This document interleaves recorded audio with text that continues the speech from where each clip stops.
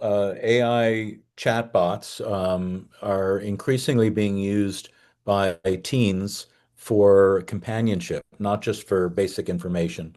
It's of course amazing that you can just type in a question to ChatGPT or Claude or something like that and get a sophisticated answer very quickly. But increasingly, kids are using them for emotional support, for mental health therapy, and for developing friendship. And there's a very strong concern that developing brain of a teenager is a total mismatch with a machine pretending to be a human. So Senator Gonzalez and the Attorney General from New York have introduced legislation that Common Sense Media worked on with them that would add new protections for kids from AI companions. What kind of One of protections the are things those? that it would do is that it would require strong. Yes, one of the things that the bill would do would be stronger age assurance protections. So it's very important that when a minor is interacting with a machine, that the machine knows that it's a minor and it would no longer be able to provide certain types of interactions. So if it starts talking about, sex and drugs and illegal activities and harms, it would be cut off from doing that. So it's a kind of thing that's growing in interest around the country. But New York has been doing a great job at building legislation around kids' safety online, and this is another example of that.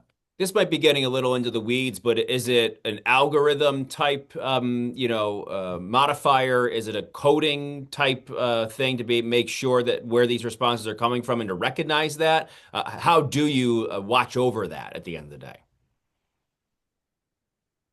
Well, that's where age assurance becomes one of the most important things, and also setting these, having the strongest privacy settings established on these platforms. So the if the platforms don't if the platform can't tell if it's a minor or an adult, it has to treat that user as if it's an adult, and therefore it cannot provide. It has. I'm sorry, I can correct that. If the platform can't determine if the user is a minor or an adult, it has to treat that user as if it's a minor, which means that it cannot provide those kinds of information to the user. And these are some of the most sophisticated companies in the world. They have the ability to design their technology to prevent kids from accessing dangerous content, dangerous types of relationships. And New York is going to move ahead on that. And I believe you're going to see other states doing the same thing. How do you ensure through that, like you said, the very advanced technologies, these companies, how do you ensure that someone, I think people should know it's more than just someone clicking the box. You might go to a website for a bar or a brewery, and you have to check the box that says I'm over 21. It's not that simple, right? At the end of the day, when it comes to this age verification, how much goes into it?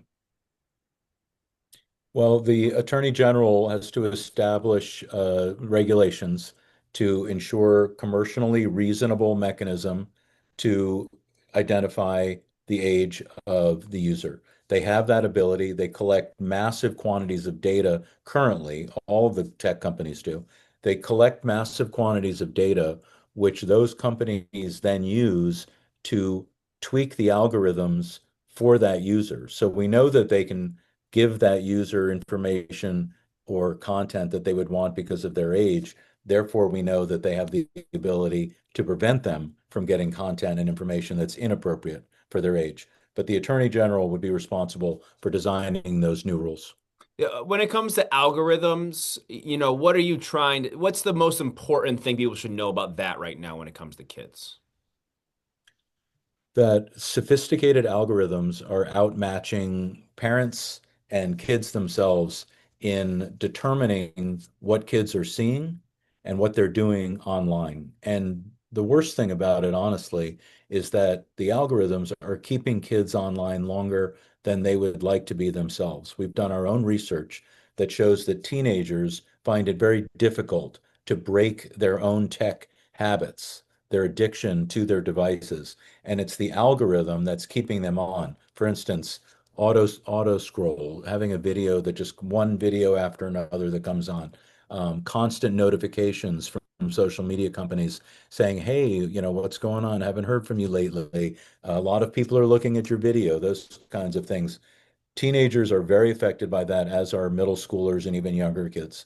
The algorithms are extremely powerful. New York passed a law in 2024 to try to break that habit by preventing the use of algorithms on social media feeds for kids under 13 without parental consent. I think it's an interesting question of literacy too. And I think that's what I think all ages have had to grapple with as the internet has changed and social media has too. When it comes to that aspect, obviously some of this legislation is based in the technology part and to make sure that some of these things are nipped in the bud. What about when it comes to literacy and making sure a kid knows what's good, what's bad? What to engage in with what not. And it's a little bit out of the scope of maybe legislation, but I know you've done a lot of research in this. Yeah, Common Sense Media started about 11 or 12 years ago a digital citizenship program, which is being used in about 70% of American schools by close to 1.5 million teachers. And it is very important for kids to be taught and to talk with each other and to have parents talk with their kids about their digital habits. How much time are you spending on your phone? How did you respond when you got a nasty text from a friend or a message over Snapchat that you didn't like? Try to control the temperature. Don't respond to cyberbullying. And most importantly, don't interact with adult strangers that you don't know and didn't want to interact with. That's really where kids can get into some very serious danger. Are are states behind on this? Is the federal government ahead? Or where are we in terms of catching up to these right now, and what should be done to do catch up and get ahead if that's possible? Yeah, that's a great question. I would say the federal government is behind and the states are leading the way. New York is one of the better states when it comes to taking steps for instance, the governor Hochul has helped to remove cell phones during instructional time at school. That has been responded to very positively by parents and kids alike. Passing, as I mentioned, the Safe for Kids Act in 2024, increasing data privacy in New York. And now the next steps that are going to be taken around AI and around protecting kids from strangers, like on Roblox and other sites like that. Most states are trying to do the right thing when it comes to protecting kids online. Unfortunately, Congress is woefully behind and really needs to get its act together and take more action. You mentioned people taking advantage of this. Are these lone rogue people that know this is where they can go? Or are there more constructed, organizational, issues with this when it comes to I, looking for these platforms to take advantage of? Yeah, I think it's a combination. There is one statistic I have about how frequently there are problems with regard to interacting with strangers. And I think there was something like, what is the number? The number is in 2023 alone, there were 13,000 reports of child exploitation on Roblox, just on that one platform alone. That's more than 35 reports every single day. So it's not just a one-off with some, weird adult who needs to get together with a child inappropriately. It's a more common attraction for people to use these sites to go after kids. And we have the technology to try to shut that down. And this year in New York, we hope that's the step that gets taken. Kind of feels like technology is the issue and the answer, and you wonder how things have changed in the past few decades since the internet started. And I think maybe you look at the algorithm and maybe it was YouTube. I think that was for me. That's what I remember. The first things people talked about going down that YouTube wormhole, black hole, whatever it was going to be. How do Yeah. you think is there just more of it now and it's more accessible now than it was when these things first started? Yeah, you're absolutely right. And this is what I would say to people who are feeling both the benefits and the frustrations of technology. We all love technology, so we don't need to beat ourselves up over the fact that we use it. But we could all benefit from taking a tech break and put your phones aside for a while. Have the families get together and talk to each other about their days. Pull out a good book. You play a game. I'm not saying that we're going back to a different era, but I am saying that we can take more control over our lives with technology. There's a limit, though, to how much we can do because we know from the science of children's developing brains that it's so hard, as I said earlier, to pull away from that drug that you get. It's essentially like a drug that you get from using the tech. That's why you need rules in place that limit the impact the technology can have on kids. Mm. So let's pivot now to the sports betting and the impact on young boys. And I know Common Sense Media just did a report on that. Broadly, what was the organization trying to figure out here? And now what do things look like? What did you find? So what we were looking at is what is the relationship of boys and gambling? How does that affect them, and how is it that they get into it? Because there's been anecdotal information about an uptick in younger boys getting involved in gambling. Technically, you should not be gambling if you're under the age of 18. Because of the surge in online gambling that the Supreme Court allowed. The Supreme Court said states can go ahead and authorize gambling in their states. You can't watch television today and you can't be online today without seeing an ad for FanDuel or other sports betting sites. What we found in our research is that boys between the ages of 11 and 17 are gambling before they're even old enough to vote. And if boys spend time with other boys who gamble, they're more likely to gamble.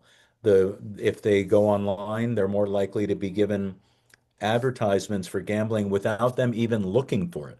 Again, the algorithm has picked up something about that user and decided if we show an advertisement to that minor for gambling, that they will try to figure out how to use their parents' credit card to then go and do gambling. So we think that ESPN and the NFL and all the sports betting companies need to take more responsibility for how they message to the young population out there that's watching sports, that gaming is very dangerous for them and can lead to serious economic loss and mental health issues. And secondly, there's things that can probably be done in Albany and other state capitals to try to clamp down on marketing to kids. 11 years old. That's almost shocking how young someone can be. Like you said, probably have to figure out how to get credit card information, things of that nature. But I think that like you said, that's a young mind that's still developing, right? And so the relationship with addiction Yeah, is different at that point as well. Not really understanding what it is, or even if you're in it, exactly. right? What can a state do to Yeah, the make that? excitement of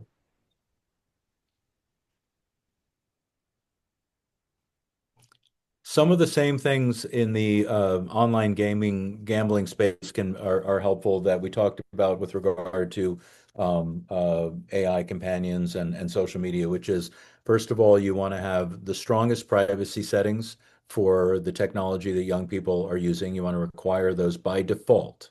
A lot of times, privacy settings on technology are set for being very open, and a parent has to know where to go to get into that in order to change the settings. So setting privacy by default and clamping down on marketing, requiring that gambling companies have very strict policies on marketing and very strict policies on age assurance, and that there would be legal penalties for them if they violate those. I mean, the underlying theme though for them is the bottom line. Like, what does incentivize them to go along with any of this? The bottom line is that you have to have enforcement authority for the Attorney General of the state of New York and elsewhere to be able to go after companies who continue to market to kids, knowing that they're kids, that they would face very large fines if they are found guilty of doing that.